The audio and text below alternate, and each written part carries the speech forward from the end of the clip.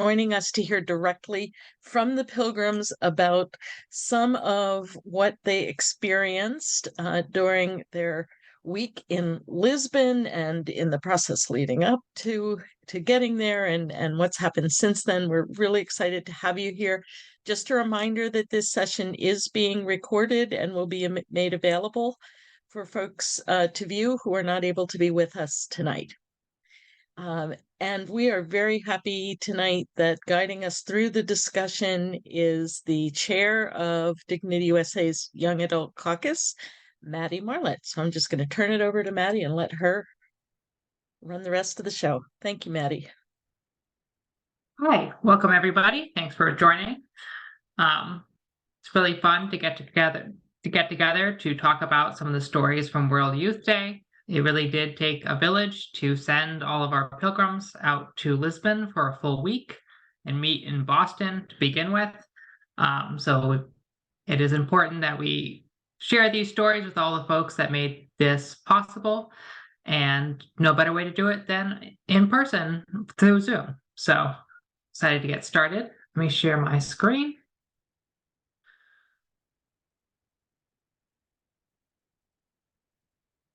Okay.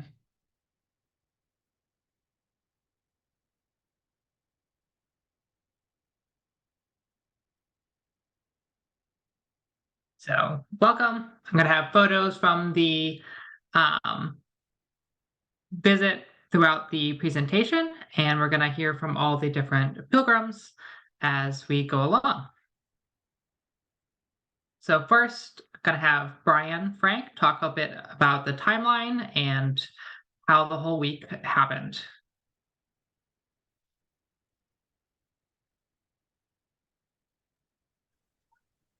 Okay, good evening, everyone. Thank you for joining us today. As Maddie said, my name is Brian Frank. I'm from Dignity, New York, and so our journey, essentially, finally, the in-person element, I should say, began on the evening of July 29th when we all gathered finally in Boston. Of course, because God has a sense of humor, Boston had some unexpected rainstorms, so everyone was delayed in arriving, but by the evening we were all finally gathered together, to share dinner and just to finally just see each other and catch up in person after spending the better part of this year meeting virtually and preparing. And our journey effectively began with our commissioning ceremony, which Dignity Boston was very graciously kind enough to host. And it really was this just great moment of just centering ourselves and actually taking stock of what we were about to do. World Youth Day is an experience for any young Catholic, but to be going as out and proud LGBTQ Catholics, that would be daunting for anyone, but being present in that environment amongst our Dignity friends, our Dignity Boston friends, especially who are hosting, it was really, oh goodness, I don't know the word to use. It was very empowering. I can only speak for myself, but I felt in that moment I was ready to go, even after all the prep work we had done. And of course, because of the weather, our flight to Lisbon was delayed by a couple hours. We were supposed to take off around, I think it was originally just before 11 p.m. that night, but they had us waiting until 2:30 in the morning to finally take off. So we finally landed in Lisbon at 1 in the afternoon on July 31st, but fortunately there were no World Youth Day events going on. So fortunately, we were able to just take our time, get to the apartment rental out in Algeciras, and just get settled and just get ready for the week ahead. I'm just refreshing my memory with the schedule because there was a lot that happened. So the official World Youth Day event started on August 1st. In the evening, there was the opening mass in I'm gonna butcher the location, the pronunciation, in Parque Eduardo the Seventh. But before that, we spent the good majority of the day just walking around wearing our rainbow sashes and just being a presence. Um, just being a presence and just actually like just showing that there are LGBT Catholics here at World Youth Day who are proud of who we are, and it was really the stepping stone to our journey. um we went into the opening mass. Because of the crowds, we kind of split off a bit. Caesar and I, we managed to actually get into the park during the mass, but the rest of the group kind of stayed back.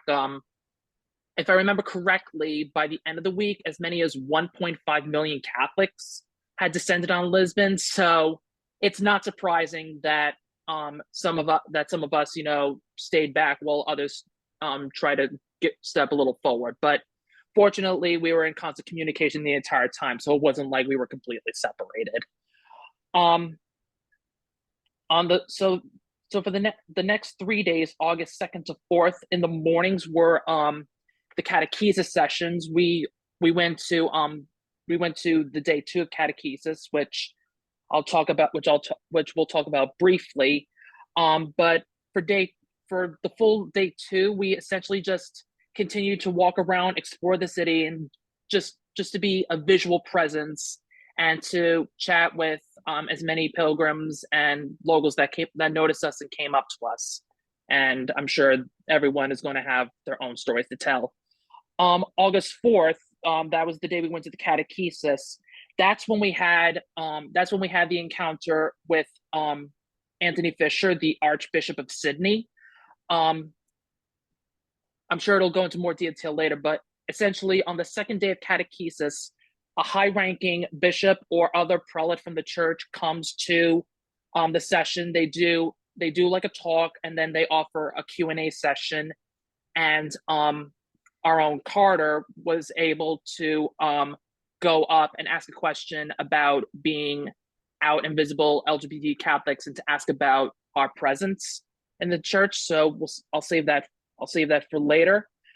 On Friday, August 5th was probably the most profound experience of the trip. Again, I can only say for myself, because we ventured out to one of the locations where Pope Francis was spending the morning, in hopes we could actually see him without having to deal with massive crowds. And while we unfortunately missed him by 10 minutes, there were a number of journalists and photographers still milling around. And of course, being decked out in rainbow sashes at a Catholic event, soon enough, a few of them were coming up to talk and ask about who we were, what we were doing. And before we knew it, by the end of the day, we were being featured in the Associated Press and the New York Times. On Saturday, August 6th, August 5th, I'm sorry. On Saturday, August 5th, that is probably the biggest event of World Youth Day, which is the evening and into overnight prayer service and vigil. This was the point where, as I said, as many as 1.5 million Catholics were present. We didn't stay for the whole event, but to be out, in this massive park, to see crowds and crowds of fellow young Catholics, it was a profound experience. I'll let my fellow pilgrims go into more detail about that. And finally, Sunday, August 6th, we didn't stay for the closing mass, but I believe some of us tuned in for the live stream, and that was effectively the end of World Youth Day for us. Most of us ended up flying home that afternoon. A few stayed an extra day or two, but yeah, I mean, it was a jam-packed week, and I'll let my fellow pilgrims who are here go into more detail about that. Thank you very much, Brian. It's helpful to hear what all you guys got up to, because I was not aware of all the different events. So one of the main things that happened at World Youth Day the Pilgrims got up to was they spread joy. So I'm going to have Sam and Cassidy talk a bit about their experiences spreading joy and things that stood out to them.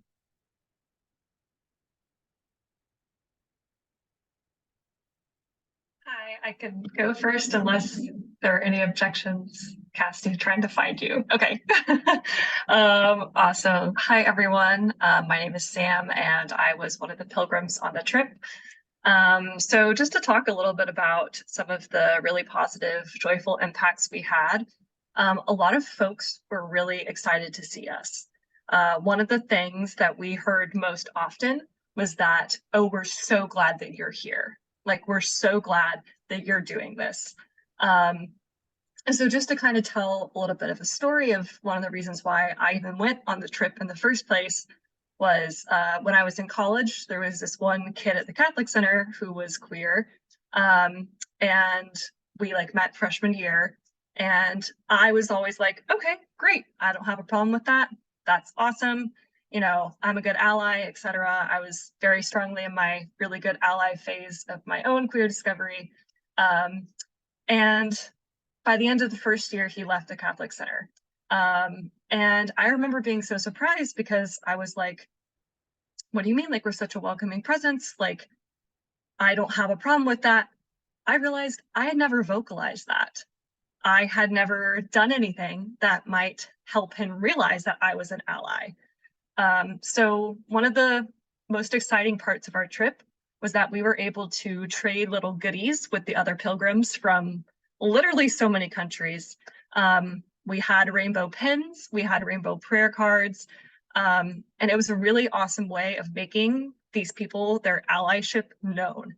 It was a very obvious and demonstrable welcoming presence. Very much, we welcome LGBTQ plus folks.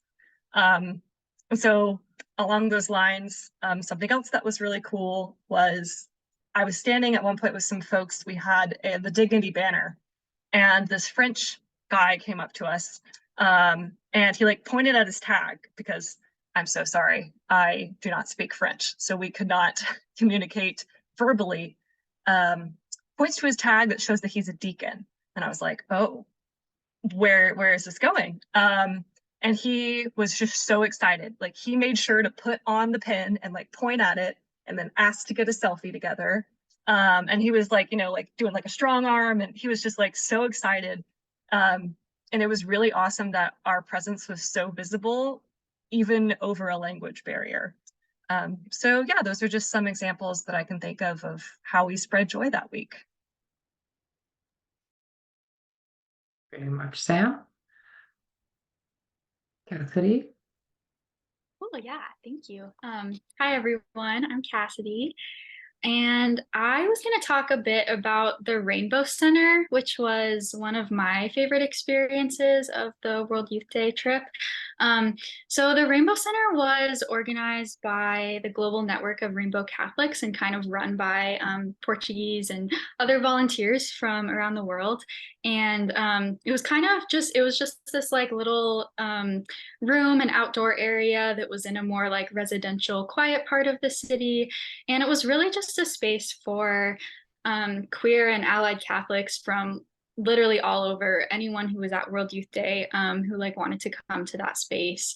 And it was just such an incredible experience. There were, we met people from like so many countries, like Slovakia, New Zealand, obviously Portugal, Spain. There were Germans who had like their own campaign. I think it was called Church for Everyone, and they were advocating for LGBTQ inclusion and also like women's ordination in the church. So just like really cool conversations with people who were doing such similar work. And it was kind of just this reminder that like the circle is really wide and like we're not alone in this work. And so I really loved that. It was just this intergenerational, like people from all over the world. And another thing that was cool was that we were, the apartment that we were staying in Lisbon, we actually got to share it with this woman named Victoria, who was from Spain, and she was part of the GNRC. So we kind of like got another connection through her, and that was really fun.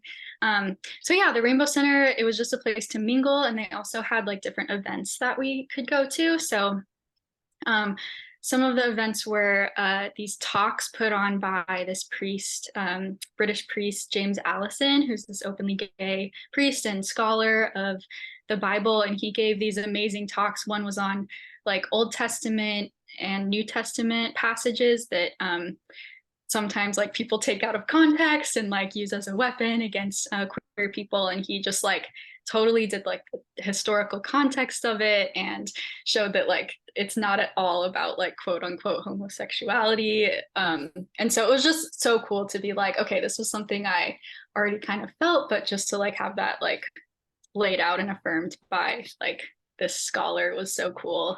So that was a big highlight for me. And we also got to watch a documentary called Wonderfully Made, which was about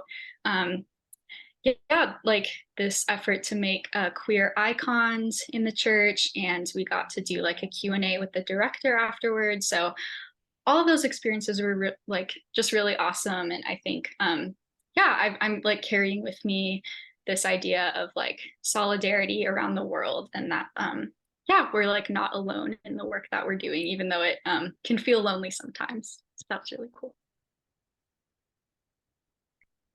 That sounds like a truly amazing experience and great center that was set up. I'm glad you guys could take advantage of it and participate with it. Thank you.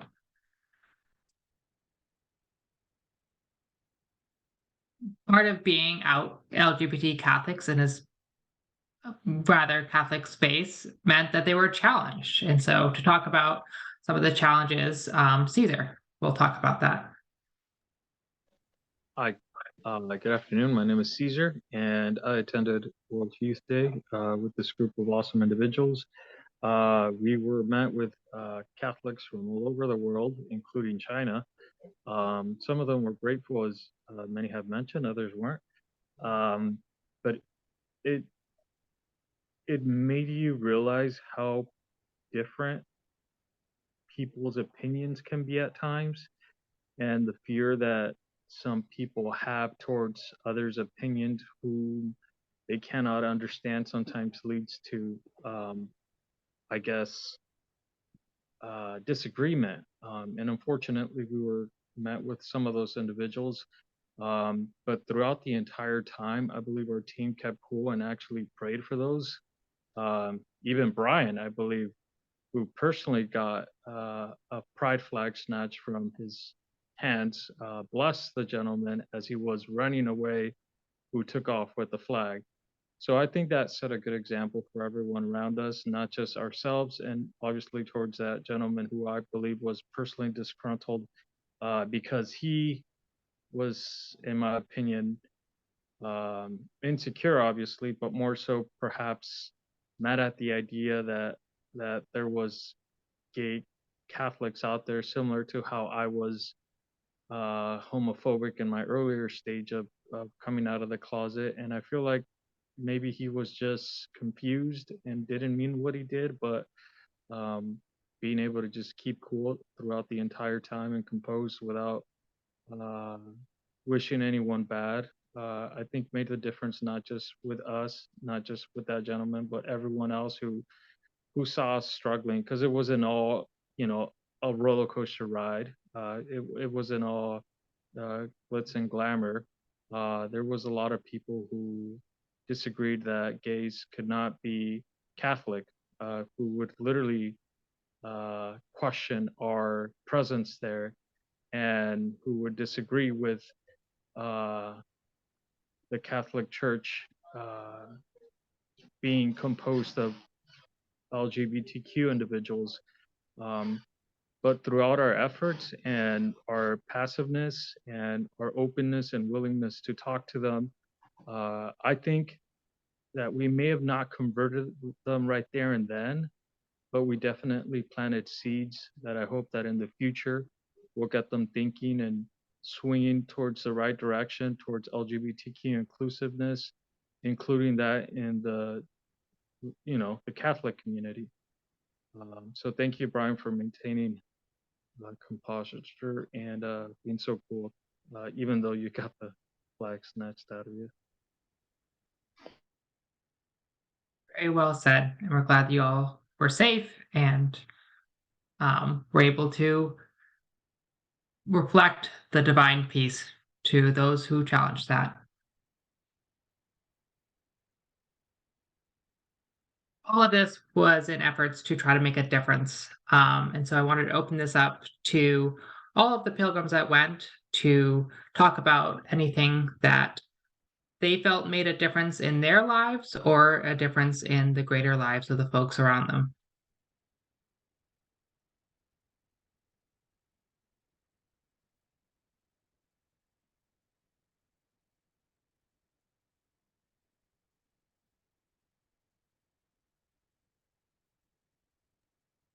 Can go. I think for me, kind of like how Sam talked earlier about just like the little like seemingly small encounters with people. I think I've really been carrying that, and like the seeds that were planted and like the ripple effects of just like being visible in church spaces.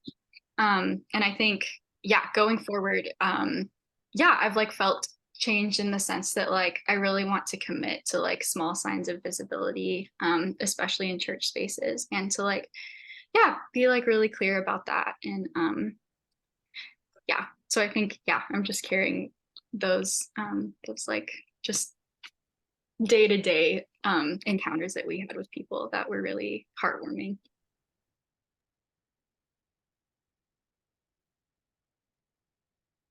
Yeah, like Sam said, I think, one of the big differences is kind of like the ripple effect, right? Of everybody who had a pin and then saw 10 more people and they took it home, and that kind of impact. And I think Melanie and I will speak on this a bit later about the comparison between when we went to Panama 4 years ago and then Portugal this time. But I think a lot of times these conversations are like a seed, right? And we won't ever really see the fruits of it directly. But for all the people who maybe we had a conversation with, and even if in the moment they weren't super receptive, hopefully this gave them, another perspective to kind of take with them and see later. Yeah, I have to agree with Catherine on this one. During actually this photo with the Archbishop, it actually just reminded me of something that was going on simultaneously while Carter was waiting to ask his question of the Archbishop. So the catechesis that day, we were in this huge park, and at the front, was like, the stage where, the bishop was speaking and then later would hold mass. We were towards the back, and, we were having conversations, as people noticed us, people were coming up and chatting with us.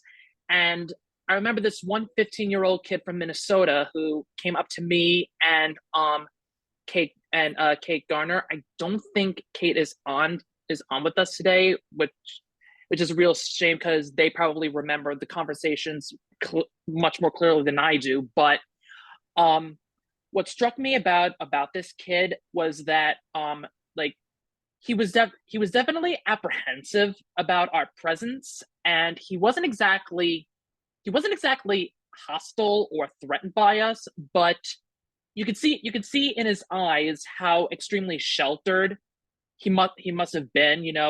15 years old in Minnesota, you're not exactly, exposed to the wider world and to the, how the church operates and, the politics in the church and things like that. But what struck me was that, like, the way he was spouting off, stuff about, like he did try to like touch on like the quote unquote clobber passages and the catechism as to how, the church, views on LGBT people. And the way he seemed so sure of himself in that moment, and to actually see us, to be not only just present, but just to be visibly proud of who we are, I think that took him aback. And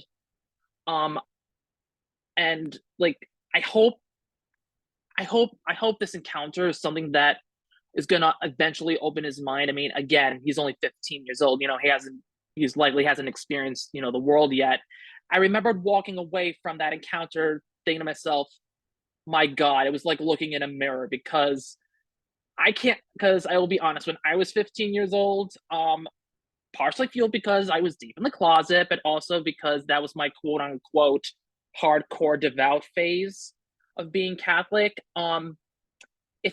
If the roles were reversed, I probably would have been saying some of the same things that he did, and obviously, you know, as my journey as an LGBT Catholic has progressed, you know, it's opened up my mind, and as I left, I remember thinking to myself, I wish this kid well. I know he's got a lot to learn, and you know, if part of you know his viewpoint has been fueled by, you know, his sheltered environment and or potentially, you know, having some self-doubts about his own identity, I hope the path forward for him is much easier for him than it might have been, you know, for some of us and, you know, the generations before him. But it was profound to see this kid who seemed very well versed, you know, seems very sure of himself, and you could see the mechanics operating behind his eyes. So I hope that whatever seeds were planted that day will bloom into something incredible. I have one more quick story about a very concrete difference that we made in that moment, and we don't need to wait for the seeds to blossom of it. This is a joyful one, and I think of it very fondly. It was also in this day where we met the Archbishop, and that day was one of the ones where we had, I think, our most kind of deeper, nuanced conversations with, you know, just people we met, because it was in English, right? So everybody there spoke English, whereas the rest of the week we had something of a language barrier sometimes. But these girls, they didn't even speak to me so much. They talked to Melly and I think a few other people, but there were these two British teenagers, and they had kind of like approached us and very excited to see us, but kind of shy and awkward. And apparently they had both just like 10 minutes before come out to each other because they saw us and like wanted to come over to see us together. And they were like friends, and they were like, oh, I thought maybe she was, but I wasn't sure. And so it was just delightful and heartwarming, and I envision a beautiful love story for them. So that was one very concrete thing that we helped along happen there.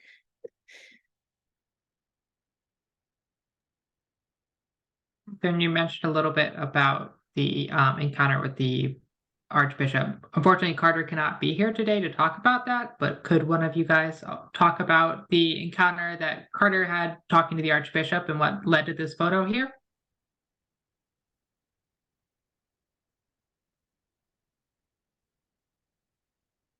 I think any one of us could, but I'm unmuted right now, so I'll keep going.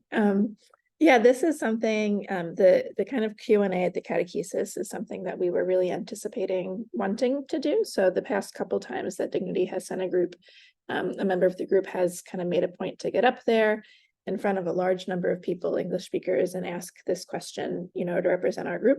Melly did it 4 years ago in Panama, which was a really powerful experience. And this one, we kind of carefully planned, we knew we wanted to do, and we kind of put it to the group who wants to be our representative. And a few people were interested, but Carter was ready to do it. And for those of you who don't know, Carter is a trans man, and he's also a Catholic, a convert. So he converted relatively recently. So he made, you know, a very conscious personal decision to join Catholicism, whereas many of the rest of us were kind of born into things and making the best of it and trying to make it better. But this was a real choice for Carter. And so he went up and he asked his question, and he spoke specifically to that. So in being a convert, in being a trans person and a Catholic, where is the place for him in the church? And so my personal initial take was that the answer was very general, and kind of like, well, we all have struggles and we all need to, you know, be better people and stuff like that. So the power in asking the question is, first off, that people just saw and heard, right? But then, you know, on reflection and in conversation with some other folks, it was not the worst answer, right? There was really nothing outwardly hateful or stigmatizing about the answer. It was in no way saying, you know, that our quote unquote struggles are worse than anybody else's.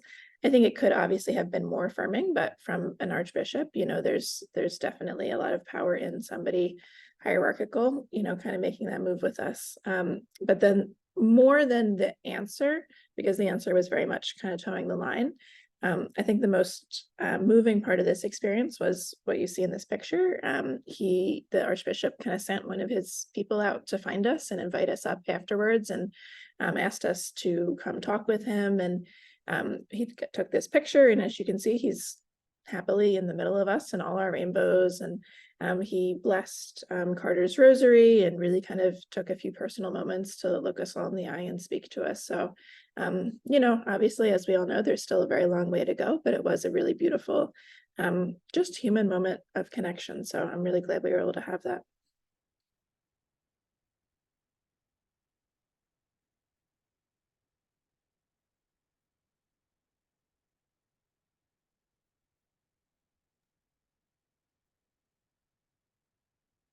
Maddie asked me to share a little bit about the immediate response to this situation.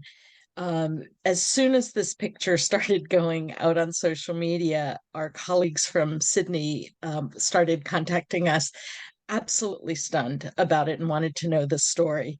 So as we gathered, the whole story from the Pilgrims, I was able to talk with them, and they were just absolutely stunned. Archbishop Fisher has an absolutely appalling record on LGBTQI issues in Sydney. And they were absolutely on the floor that he sought out the Pilgrims, that he spent time with them, that he engaged in listening conversation. So they are in the process of determining how to contact him to kind of build on that relationship that was begun. And they feel like our World Youth Day Pilgrims really opened a window for all of them.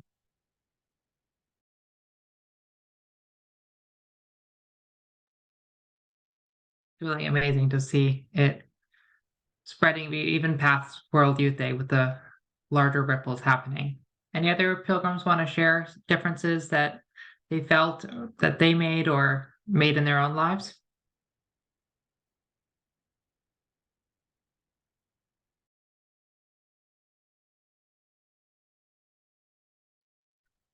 I do think briefly along the lines, talking a little bit about church leaders. When we were at the Rainbow Center watching the wonderfully made documentary, there was this, she's not quite a nun yet, but she's in the process of becoming one. And this woman was talking to Brian and I a couple days earlier, and she'd been going to events at the Rainbow Center.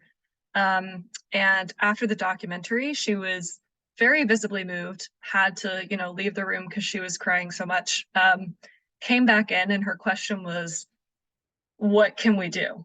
And it was a really exciting moment to see that someone who is about to be a church leader has, through the events cultivated by the Rainbow Center and, getting to chat with us, been very moved on this trip.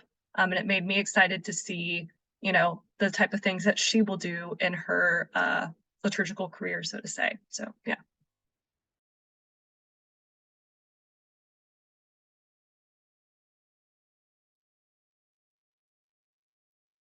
Thank you all for sharing. And then to talk a little bit about the differences between Panama and Lisbon, Catherine and Melly, who both were at Panama and also Lisbon, are going to talk a bit about the experiences and how they were different, how they're the same, and any other highlights. Yeah, thanks, Maddie. So I'm Melly. I was at World Youth Day in Panama and then again in Portugal. And for those who I have not had the pleasure to meet, I'm actually also serving as president of DignityUSA. So I felt really lucky to have been able to represent Dignity twice and really to represent Dignity in a more formal capacity this past time. Yeah, there were so many things that were very similar about Lisbon and Panama. As the pilgrims have all said, most of what we encountered in both experiences was overwhelmingly positive. Especially as we started handing out our rainbow pins, we would have people who saw them on someone else and were kind of looking for them and would be excited when they saw us. Lots of people who would see our rainbow sashes and would come over and want to talk to us, or, you know, exchange a smile if we didn't have the language skills. I think one thing that was strikingly different is that while in both trips, I would say 99% of our encounters were extremely positive, the timbre of the negative encounters in Lisbon was far more intense than what we had encountered in Panama in 2019. Largely, if someone didn't have the same opinion that we did in Panama, they just didn't come over to us. We weren't, you know, confrontationally seeking people out, so people just ignored us. We had a couple hard conversations, but largely everything in Panama was extremely positive. In Lisbon, there were definitely more challenges. People who saw our rainbow flags and came over to us and would say things like, you know, do you really think you're Catholic, or you're not Catholic, or you don't belong here, which were things that we hadn't encountered before. And so I think that was, for me, the thing that sticks out the most, is that while it was still 99% positive, just the intensity of our negative encounters was just so increased in Lisbon. I think the other thing that Catherine and I were reflecting on that was really different was just the size of World Youth Day. Panama was one of the smaller World Youth Days. And just looking at what's been reported, I think Lisbon was about twice the size. So when we were in Panama, we actually met a number of just Panamanians as we were going through the week. They kind of found us on social media, sought us out, and we spent some time with just ordinary LGBT Panamanians in a more intentional way. In Lisbon, we had just descended en masse upon the city, and I think many of the Portuguese people had just left. With 1.5 million Catholics descending on a small location, there were just fewer, you know, normal Portuguese people around. So we certainly encountered a few on the streets, but it didn't have the same impact on, I think, the just the ordinary people as we did in Panama. And Catherine, what else would you add? Yeah, thanks, Maddie. That's a lot of really good stuff. And thanks, Maddie. I love this picture. We look cute. But yeah, I think I'm again also very grateful and honored to have been able to come twice. The first trip to Panama was really very transformative for me as a person, and I'm very happy to have been back on this one. Yeah, like Melly said, I think that the challenges on this trip were a lot sharper. There was, again, overwhelmingly positive, but yeah, the people who came up to us on purpose, and they were pretty aggressive. And I do want to call out that explicitly it felt like they were very pointedly transphobic rather than homophobic, and that was very clear. You know, we didn't really get anyone fighting us about marriage equality or anything like that. So that was a lot. It was very intense, and I think it's important to know that that feels like the main challenge that we're up against and we need to advocate for at this moment. And I do feel like it probably has something to do both with where we were, you know, geographically, as well as the year. You know, the world has changed since 2019. And I think Europe is feeling like a pretty harsh place right now in that regard. So I want us to just kind of be mindful of that. But some other things that I think were really good about the way that this trip happened this year. And again, I want to be grateful for everybody who is here and has helped make it possible, because we were able to bring a lot more people on this trip. It was a much larger group. And we really spent a lot of time this time around building our group. So we met pretty regularly in the lead up. While we were there, we had some pretty intentional time to process together and reflect. We had, you know, one big Airbnb versus a bunch of separate little hotel rooms, right? So it really felt like kind of a family atmosphere. I know many of you were able to join us in Boston beforehand, and that was just invaluable, right? A chance to kind of be together in one place, to really feel like we were kind of formally, literally given, you know, your blessing and sent off to do this work. It made it feel very meaningful. and a lot better than kind of randomly showing up in an airport in a foreign country and having to find your own way to a hotel and not knowing anybody really other than a couple Zoom calls. So it really felt like a true community. I felt like our group balanced each other very well. We were all able to kind of support and take turns in different pieces. So I'm really grateful for this group. So love to all of you. Another thing, as you know, Cassidy has talked a lot about, is the Rainbow Center. That wasn't something that we had in the past. And I think that having that kind of parallel groups working in tandem was really valuable as well. And yeah, it was excellent. And I really hope this program can continue for years to come, because I think we really do make an impact.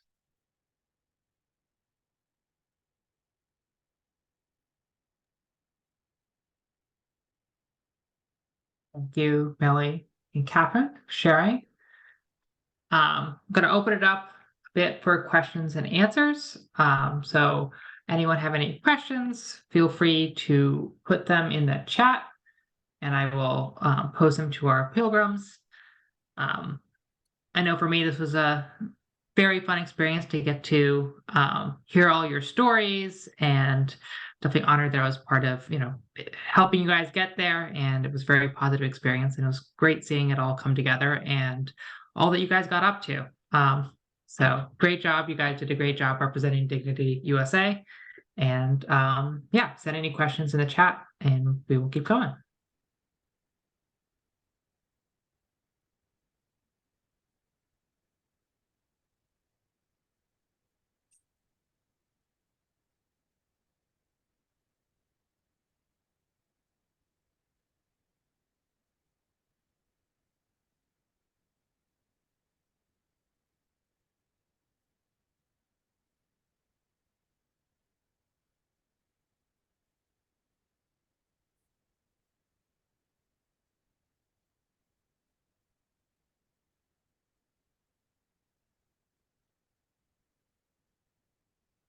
So Peggy has a question. Did this experience make you feel hopeful about the global church or something else?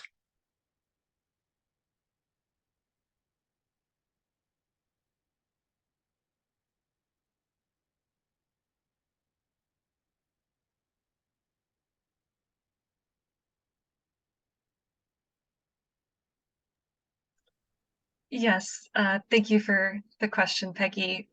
It did make me feel very hopeful. I think one of the coolest experiences, personally, and we haven't really touched too much on this, well, besides what Brian mentioned earlier, is that we did get to speak to multiple reporters from the Associated Press and kind of watch as our story blew up in real time. It was really exciting that someone was there and wanted our story to get out. They were not only interested in our story, but they also were chatting, asking what events we were going to. The people that we met that first day when we were trying to see the Pope, they told their colleague about us, and she waded through the crowd of like over 1 million people to come and find us in like some backwater section that she was not, she was normally set for the top tier section, and she came and found us and took this picture that you see here. It made me feel very hopeful that there are people that want to get this story told. There are people that want to make sure that church leaders see this, and that folks that are organizing the event see this and don't forget that we were there. And it's going to be really exciting to have these published articles and interviews as something to look back on as a resource and to prove, no, we've always been there. We've always been working for this. And yeah, it was a really great experience. This isn't exactly the question you asked, Peggy, but in addition to feeling hopeful about the global church, just as kind of a leader on this trip, I have to say that I also feel very hopeful about Dignity USA and our work and our position being able to go on this trip with so many young new leaders was really exciting for me. I think a lot about the future of USA and who comes after me, who fills important roles, and how our work will continue for the next 50 years.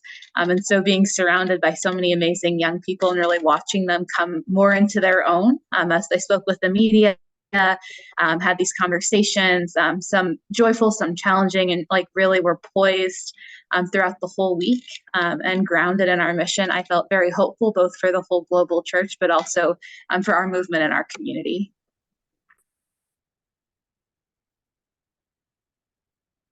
Thank you. Darby's asking, what do you think is the most important thing you could communicate based on your experiences to the others in the Catholic Church?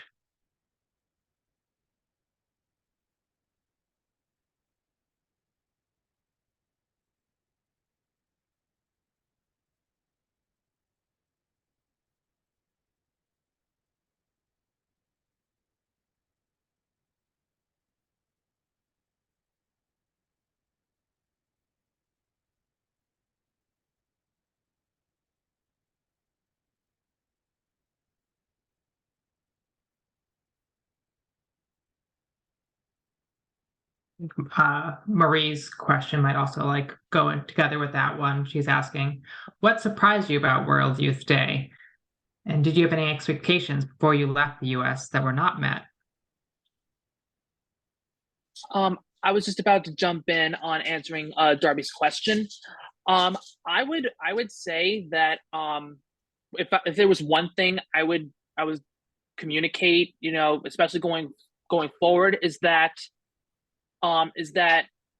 there is a place for LGBT Catholics in the church, in your community, in your own environment.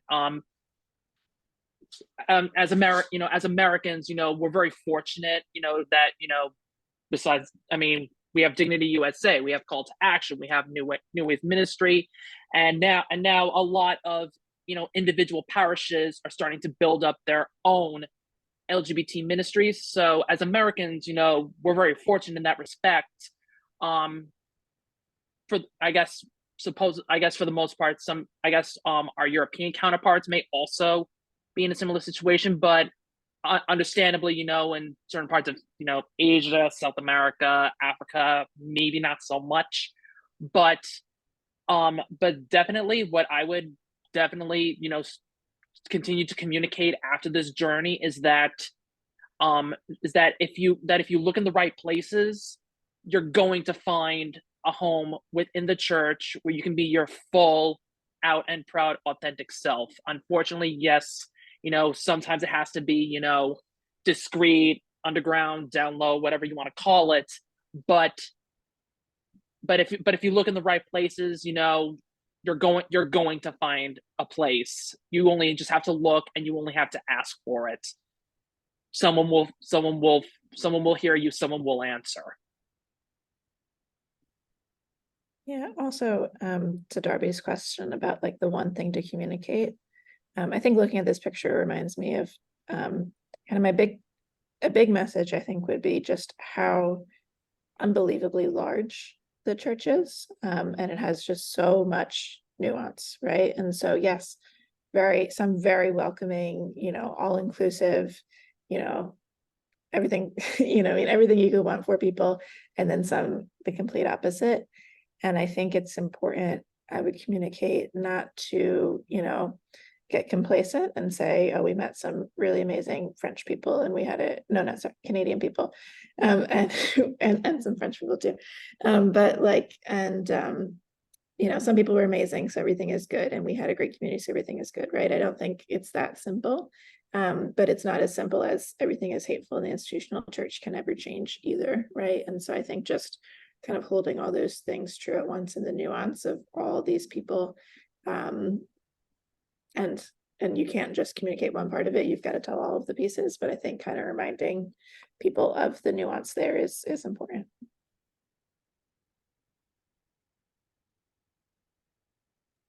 I think if I can, add to that really quick too. Like, I think the really difficult encounters we had, like the people who were really transphobic and just like really kind of like in our faces, we like somehow handled those situations with like so much grace. And it's almost like it felt like they like wanted us to like fight back or something, but we like didn't engage in with them in that way. And like, so I don't know, I guess I'm also just carrying with me like, if when those difficult encounters like continue to happen in the future, just like this deep sense of peace that we like carried with us, and even when it was like really scary, and like I don't know, just like that sense of like not like giving into the fighting back, and like showing up in different ways, and like committing to this work and in ways of solidarity. That's something that stayed with me.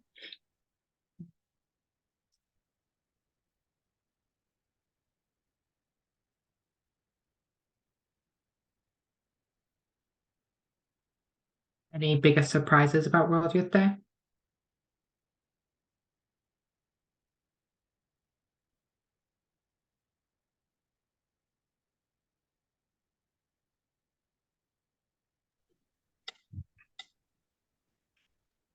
There was a lot of people, like a lot of people. That's just what I was going to say. Even having been before, the crowd was just, it was twice the size, and it's hard to describe or imagine what it's like to be in a field with 1.5 million people. But I've never seen a crowd like that before.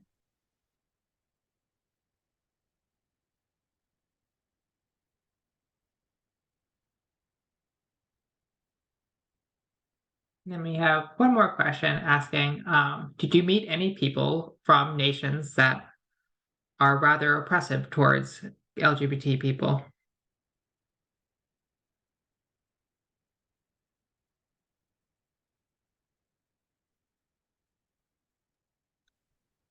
Yes, we did. I remember one instance in particular that stuck out to me was that Kate and I were just sitting on a bench. We weren't, handing out pins. We weren't doing anything. We were just sitting there.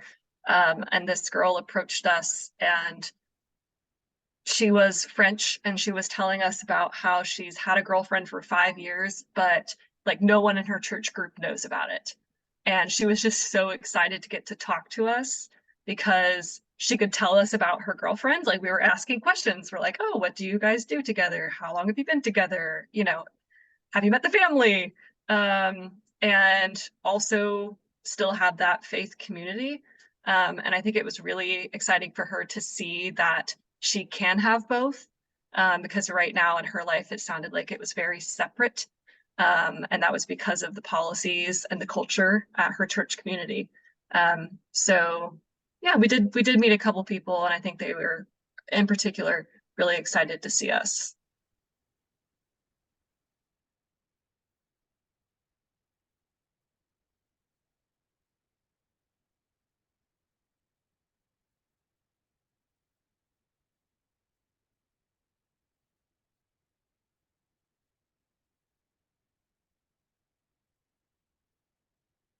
We're coming up on time, so thank you all for joining. Thank you all, Pilgrims, for presenting and sharing.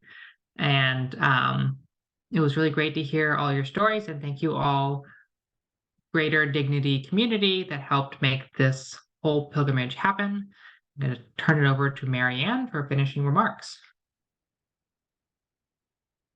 Great.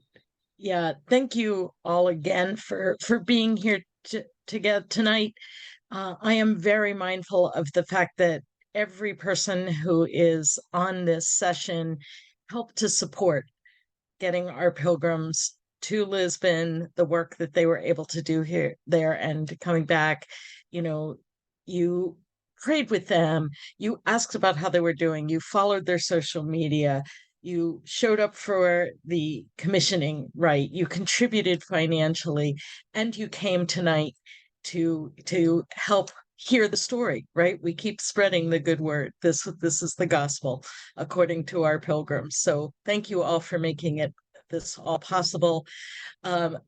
There will be lots of other opportunities, I hope, throughout the years for you to engage with these remarkable young Dignity representatives who have been out in the world, spreading the same message that we all do. Again, I have put in the chat a link to our donation page if you are willing and able at this moment to support the ongoing work that we do, whether it is big, like in a pilgrimage like this, or in supporting our newest chapter in Northeast Ohio that has had such a presence on the front line of the Cleveland anti-LGBTQ policies, that they're there. The work doesn't stop because World Youth Day is over. And thank you all for continuing to be a part of it. We look forward to seeing you at upcoming sessions, including, of course, our membership meeting in November. Keep following Dateline for all the activities that are ahead. And again, thank you to the Pilgrims. Thank you for this session and for your reflections on this and for all the great work that you did.